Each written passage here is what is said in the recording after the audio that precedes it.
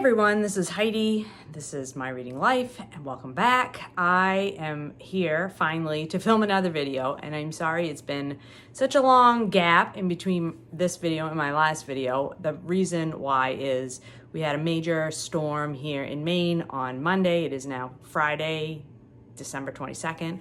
Monday, we had a major wind and rainstorm, and it knocked the power out, and I was without power from Monday at about 1 o'clock in the afternoon until last night at 6:30 p.m. So that was a long stretch. It was major damage in our state. We were under a state of civil emergency, lots of flooding in the western part of the state, many people without power, like probably over 400,000 people at one point, and it took the power crews a long time to work through all the different problems that existed. So last night the power came back on, and so here I am to finally film another video this month. Of course, I was sick before that. Thank you all for your well wishes. Recovered from that cold, and just got whacked with another storm. So that's the kind of month it's been. So, and it's also Christmas time.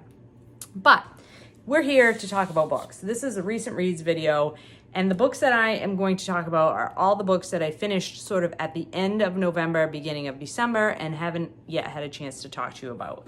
So the first one is this book I read for Nonfiction November. This is Nixon Land by Rick Perlstein. It is The Rise of a President and the Fracturing of America. This is a history of the United States from basically the entire political career of Richard Nixon. And so that's the focus, although the focus is not on Nixon specifically, just how American politics changed during his political career. So from the late 50s all the way through the early 70s, and the book ends before Nixon resigns the presidency in the early 60s.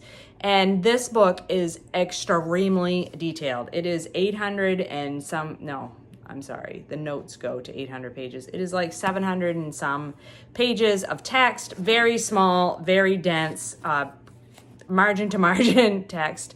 And it is just every single person who had anything to do with American politics in this time period, basically the 60s. And there's really interesting information in here, but there's also way too much detail. I buddy read this with Rachel, and she and I both agreed, this book was just, it was a slog. It was a slog to get through. And while we appreciated the information that we learned, and really a lot of insights into today's politics, if you look at the politics of the 60s and how polarized American people are, and how each side vilifies the other side. Really interesting. A lot of things about Nixon and his politics reflect Donald Trump and his politics. So that's, difficult to read about. And I just kept thinking we just never learn. We just never learn from our past mistakes. We just keep repeating the same mistakes over and over and over again. And it's really demoralizing to read about that. So I cannot recommend this book. I am glad that I read it and got it off my shelf. I am glad to have the information that I thought was important out of this book, but I could have done without a name drop of every single person that ever was involved. I mean, this goes into detail about every student protest that happened in the 60s, I think. Detailed information, just unnecessary detail in this book. So that was not a huge success, and it took me the entire month of November to read it. So yeah, it was difficult, to say the least. But a book that was not difficult is another buddy read. This was The Secret Life of Lobsters, How Fishermen and Scientists Are Unraveling the Mysteries of Our Favorite Crustacean by Trevor. This is all about the Maine lobster fishery and the science that in the 70s and 80s, the science that was being discovered about how lobsters reproduce, how lobsters live, what habitat they prefer, and the impacts of fishing, commercial fishing, on this particular species. I don't know why I didn't read this book before. I ended up buddy reading this with Doris for Nonfiction November, and I'm so glad that she encouraged me to pick this book up and read it with her, because I should have read it ages ago. It came out in the early 2000s. I know a lot of the people that are mentioned in this book, and I have lived through a lot of the knowledge that we've gained about lobster fishing. I have people in my family that are lobster fishermen. And I work with fishermen on a daily basis, not lobster fishermen, but I work with fishermen. And so like so much of this resonated with me just on a personal level, but also like the science and the biology of lobsters is fascinating. They are the most interesting creatures. I would highly encourage you to pick this book up. It's really readable. Trevor Carson is a journalist, and he lived on an offshore island off the coast of eastern Maine for a while and actually fished with one of the subjects that he talks about in this book. So he really gets a bird's eye view of what the life is like to be a lobster fisherman on a remote Maine island. And he also talks about the science and the politics and the policies around lobster fishing in a really, I think, even-handed way. Although I will say it's very clear he leans more towards the side of the fishermen than he does to the side of the government regulators. So that's not a take that I am unsympathetic to. So I enjoyed that.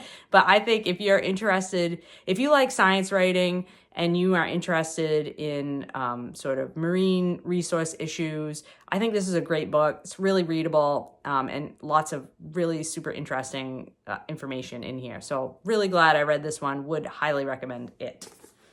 And then two books that I read for Indigenous, because it was Indigenous Heritage Month in the United States, so reading things from the Indigenous perspective. So I had two books that I read from that category, and the first one was another buddy read. This was Indians on Vacation by Thomas King. I buddy read this with Sean, the book maniac, although he abandoned the book about halfway through, and he was not wrong to do so. This is a book about a couple who are Indigenous Canadians, and actually that's not true. They live in Canada, but they are from Indigenous communities in the United States. At least the guy is. I can't remember her background. But they're both Indigenous, and they are on this vacation in Europe. And ostensibly, they are there to sort of track down this artifact that one of their relatives, an ancestor who is no longer with us, had taken from the family and had done something with in Europe back in the early part of the 1900s. And so this couple goes on these vacations to Europe, supposedly to like sort of try to follow his footsteps and track down this artifact, this medicine bundle. But in reality, they don't really spend much time like actively looking for the medicine bundle, and it's more of a inner reflection of the main male character's life. His name is Bird, and his wife's name is Mimi. And Bird is very, I would say he's depressed. He has mental health issues, and he is unsure. He's unclear why he and his wife keep taking these trips, and he's not really on board with it, and he's really obstreperous about it. Like, he just is not excited or happy or even pretending to be any of those things. And she's like trying to drag him around to all these tourist type things that you would do while you're on vacation. And you just kind of spend the whole book wondering, like, why are these two people married? Like, why didn't she just leave his ass? I like him, but I wouldn't want to be married to him. He's really irritating. And she's just like trying to really have a good time on vacation, and he's just not going along with it. And so like I spent this whole book going, I don't understand where are we going with this? And the whole thing, I read the whole thing, and then I just was like, this was meh. This was just a meh book. Like, I didn't hate it. I didn't love it. I still am like, I don't really understand why we had to have, this 300 and some page book about this. Like, I don't really, like, the journey that Bird goes on, I don't feel like has a good resolution. I don't feel like he comes to understand himself any better than he did in the beginning. I don't really see where their marriage is going. I mean, and these folks are in their 60s, I think. They're older. They're an older couple. They've been married a long time. Their children are grown. And he's sort of just having an existential crisis the whole book. And I'm just like, I don't really want to read about that. So Sean was right to abandon this, and I was wrong. And I'm sorry that I can't recommend this book, because I really loved Thomas King's nonfiction book, An Inconvenient Indian. I thought that book was awesome, and I learned so much from it, and I thought his humor in that book really resonated with me. And there's humor in this book, but I just didn't find it that funny, honestly. I just did not find it funny. And yeah, so it was just meh. So, but the next book I finished for Indigenous Heritage Month was this book, the last book off my ancient TBR, The Roundhouse by Louise Erdrich. This book was brilliant. I am a moron for leaving it on my TBR as long as I did. I blew through this. Once I picked this up, like, I did not want to put it down. I was wholly invested in the story, which is the story of a woman, and I don't know how much I can tell you. Yes. So this woman is attacked and brutalized. The main characters, a man and a woman and their son, are all indigenous, living on a reservation, and the dad, so the mom's name is Geraldine, the son's name is Joe, and I can't remember what the dad's name is, but the dad is a tribal judge. And so the mom one day comes home and she's been attacked and brutalized and traumatized. And then the dad and the son like spend the rest of the story, like, she won't say what happened. She won't give out any information. She won't say where it happened. She won't say who did it. She won't tell anything about what's happened to her. And she just kind of retreats within herself. And so the dad, who is a tribal judge, is left with, they're trying to figure out who has jurisdiction. Is it tribal jurisdiction? Is it, the outside white jurisdiction? There's just no way. She won't speak about it. So you can't tell. And so the son is like determined he's going to figure it out. And so he sets off to try to investigate what's happened to his mother. And so it's just their story of like trying to go through this trauma as a family and trying to solve this mystery. And it is so good. It is so good. It deals with the trauma of what's happened to the mom super well. It deals with what it's like to be indigenous on a reservation and be dealing with, outside influences and whether or not you have jurisdiction to like prosecute your own stuff, or whether, if it is a white person, a non-tribal member that has done this crime, is it a tribal member? That's going to change the perspective. Was the crime committed on reservation land or off reservation land? That's going to change, what can happen as far as prosecuting the case. Like, so interesting and so informative and really educational and about what it's the system that we've set up with these reservations, but yet the tribe is their own sovereign nation, but yet there's constraints around their sovereignty because of where we're at in the history between the U.S. and these indigenous tribes. Like, all of that, so good. And plus Louise Erdrich's writing is fabulous, is so good. And I just, please, if you have not yet read it, which you guys probably all have read it and I have not, but go read this if you have not yet read it, because it is so good. And I will definitely be reading more Louise Erdrich books in the future. And then last but not least is a classic that I started for Victober. Just at the end of October, I started this Anthony Trollope book and did not finish it until like the second day of December. So this is The Prime Minister by Anthony Trollope. And this is, I think, book 5 in the Palliser series. And I really love Anthony Trollope. He's one of my favorite Victorian authors. I appreciate his humor.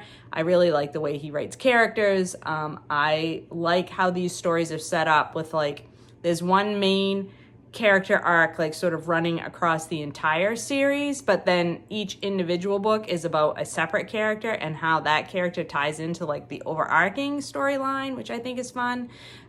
These are all about politics and religion in the mid-1800s in England, and we're following the main character. The Prime Minister is Plantagenet Palliser, who is an aristocrat and has, because of the failure of the different parties in the parliamentary system in England at the time to like figure out, to like come to some kind of agreement about who should lead the country at this point, Plantagenet becomes Prime Minister. And he didn't really want to be Prime Minister. He's not really cut out to be a Prime Minister, but once he has he's been put into this office, like how that changes his reaction to the world and how he interacts with the world is really interesting. Plus his wife is my favorite, Lady Glencora. She is such a fantastic character, and how she reacts to being a prime minister's wife is very different from how her husband is dealing with it. And then we have side stories about a young woman who marries, insists on marrying a man who turns out to be not a good man, and that story sort of weaves in and out of the Pallisers storyline, and I just thought it was great. I listened to it on audio and read it sort of depending on where I was at the time, and I love this story, and I will continue. I have already continued on to the last book in the series, The Duke's Children, but I don't really want to say much more than that because it is, later on in the series. But I would say if you liked his Barsetshire series, then I would definitely give these ones a try. Similar things, although much more heavily involved in the politics of the time. So just be prepared for that. Okay, those are the 5 books I wanted to talk about today. I hope you're all doing well and finding some great books to read, and I will talk to you later.